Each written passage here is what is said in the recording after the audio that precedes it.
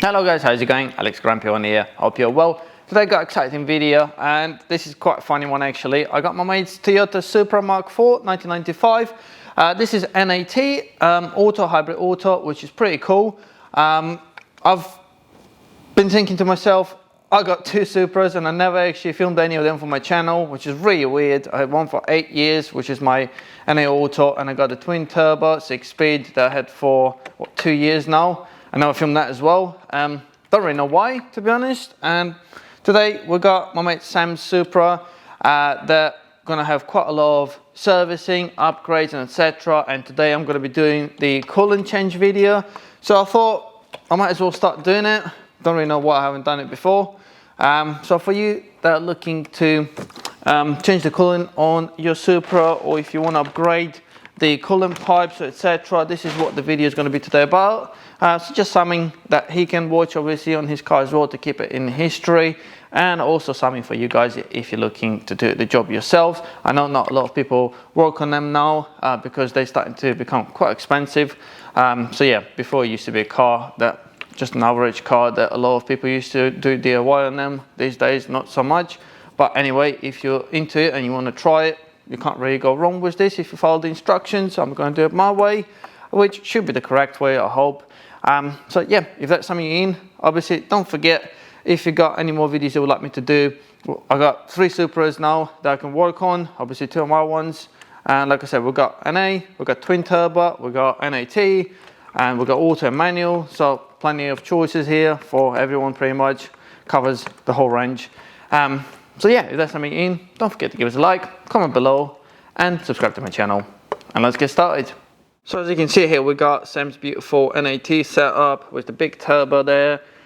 It's nice and tight in there. I have done work on this before, replaced some exhaust gaskets and etc.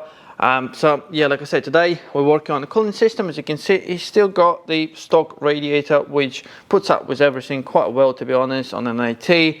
So we're going to be replacing, like I said, some hoses. We're also going to change the cooling system, which is the cap that we need to start by obviously make sure that the car is not hot. So let it obviously cool down, take the cap off to release the pressure, and from now on we're going under the vehicle, taking the cover off and then draining it from the radiator. So just let you know, depending on obviously the upgrades you had and the story of the vehicle, sometimes you can have a coolant bottle here as well, the reservoir, or you can have it here, which is the original one, the stock one. Obviously you might not have this plate here because this was just little upgrades I put on here, but yeah, the bottle will be there on your stock ones. My NA got it as well, but just obviously to let you know, if you look at my one here, you have got the bottle here because that had a upgraded radiator on it. So that, like I said, every Supra these days probably going to be different. But yeah, let's get under the vehicle and start draining the coolant. So go under the vehicle, guys. Some of you might have a cover, some of you might not have a cover anymore. Like I said, it's all different on them these days. So the radiator, the stock one, will look like this. This is the auto one. That's why you got the extra pipes going in there. So this is to cool down your automatic box oil. As you can see, obviously you got the main coolant hose there, and you got the other one at the top that we just seen. And here we got the drain. So this is where we're going to be draining the coolant.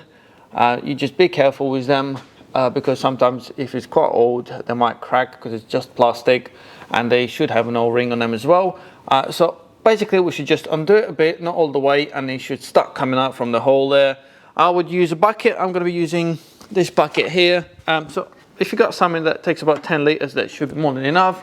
So obviously just be careful, like I said, make sure that the car is not warm because you don't want to get burnt, and also you don't want to open the cap when the system is pressurized and hot. Right, it's nice and easy. Obviously if you're doing it on the floor, you just jack up the car in the correct places and you can get to it. There we are.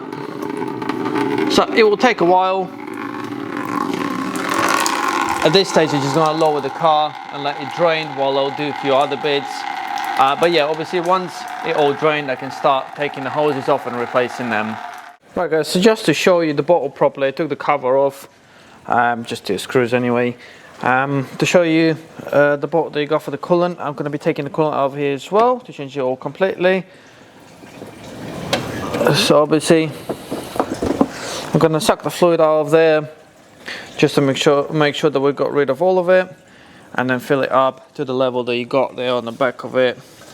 And obviously when we're bleeding it, when we installed everything, I'll make sure that everything stays on the level, and you top it up obviously through there when you're filling it up afterwards. Right, so I've just used normal syringe to get all the coolant out of there. The tank is empty now, so now you can just carry on and take the hose off. So that's nice and easy anyway. Just undo the clips so they're nice and loose. The coolant is still draining, so if you just twist them, they should start coming off. There we are.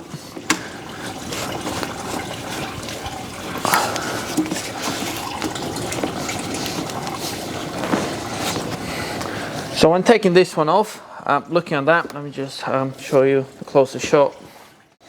So as you can see, we've got a bit of a build up around there where the hose was, so just use sandpaper or wire brush to clean it all off. Right, so that's all nice and clean now, and as you can see, we got the new hose here. I can put a link in the description below if you're looking to get that, and see if I can get some discount for you. So obviously the old hose, we're gonna reuse the clips that we got on here, or obviously it'll depend. I'll ask him afterwards if he wants to replace them or not, but for now we're gonna put them on. Make sure the hose is the same as the one you took off.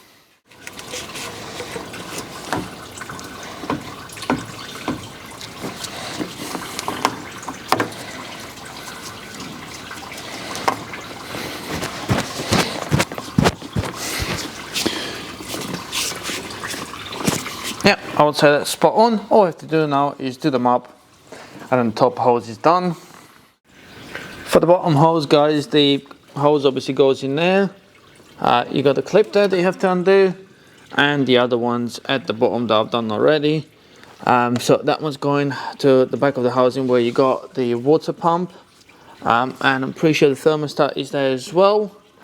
So just gonna do it quickly, and then you can start pulling it off. Just wiggle it a little bit like I've done at the top, and I'm pretty sure that one might need cleaning as well. Now the radiator, there's not really a lot coming out, so hopefully I'm not going to have a shower here.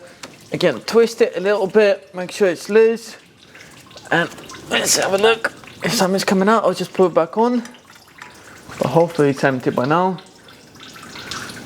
There we are, that's all good.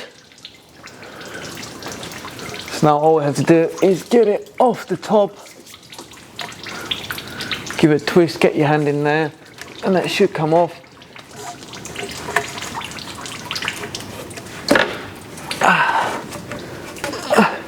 Just don't forget the way it goes in there. I mean, it's not very confusing, but still.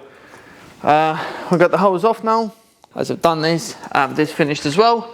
So all I'm gonna do is just do it up again,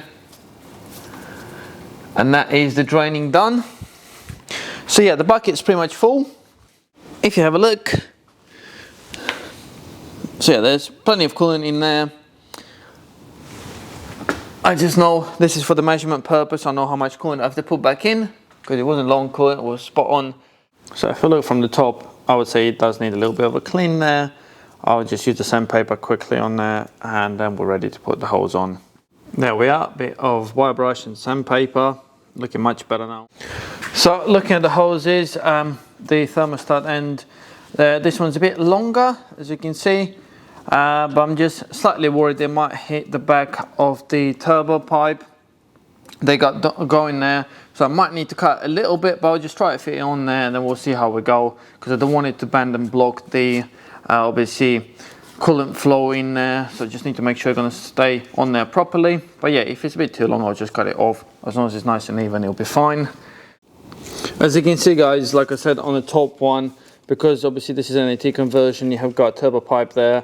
It does bend it quite a bit, so I'm not really happy with this, so I will cut a bit off. Right, so as you can see, guys, just cut a bit off. That should be more than enough. Let's try and go on there again. You need to make sure that you do it properly, because like I say, you don't want it rubbing through. It might not be instant, but eventually it can create an issue. The last thing you want is a coolant leak. Don't think Sam will be happy with that. There we are, look at that, that's beautiful.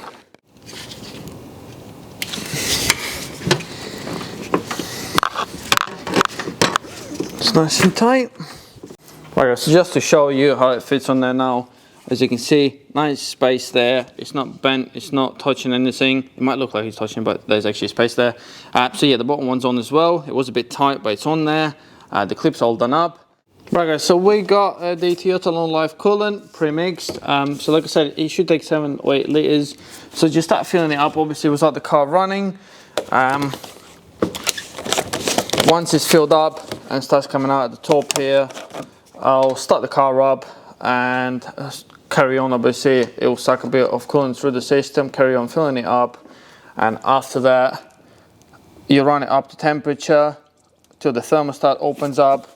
Once the thermostat opens up, you will be able to put more, but obviously, like I said, be careful when the car is hot when you're getting up to temperature, because you don't want to put the cap on and then create the pressure and open it when it's hot, because that can cause injury. So yeah, just carrying on, fill it up till it obviously starts coming out at the top here. Put a bit in the bottle there as well. Start the car up, run it up to temperature.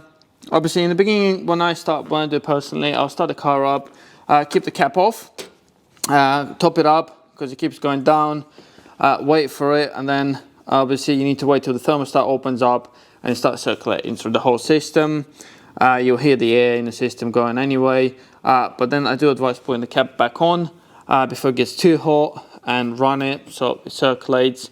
Then turn it off and wait for a little while till it cools down a little bit. Take the cap off, but be careful obviously so it doesn't get burnt, and then top it up again. And like I said, when the thermostat opens up, it does circulate through the whole system, and it is advisable to jack the front of the car up a little bit to get more coolant towards the engine, so the radiator is kind of on top basically. But like I said, there's plenty of different methods of doing this. This is the way I do it, and so far I never had an issue. Right guys, so here we are, this is it. I had the car running, the thermostat opened, I cooled down, I've topped it up, so the cap is off again. So I've topped it up, the bottle got plenty of coolant in there as well, so that's good. You got the level in there, so double check that. And obviously after driving the car for a while, do check the coolant again, and obviously make sure when you got it hot to check around the hoses that we had off and etc, and the drain plug to make sure there's no coolant leaks etc. I usually like to wipe the coolant off if you got anywhere, so you don't think eventually that you had a coolant leak, because it goes all crystallized when it dries off, so it makes it look like it had a coolant leak etc. So just make sure you wipe everything off, or wash it off with a bit of water so it's nice and clean. And yeah, that's pretty much it. Like I said, just be careful not to do anything when the car is hot to do with coolant. Don't take the cap off, and that's pretty much the main thing I can say here. And yeah, thank you very much for watching this video. The next one I think will be on fitting the radiator surround panel that Sam bought from main dealer, so I got a brand new one to fit on there. And there's plenty of more stuff going on, replacing the spark plugs, the intake seals, brakes upgrades as well. So there's plenty of stuff going on. I'll be trying to film everything for you. Hope you enjoyed it. Thank you very much. Have a good day. Bye.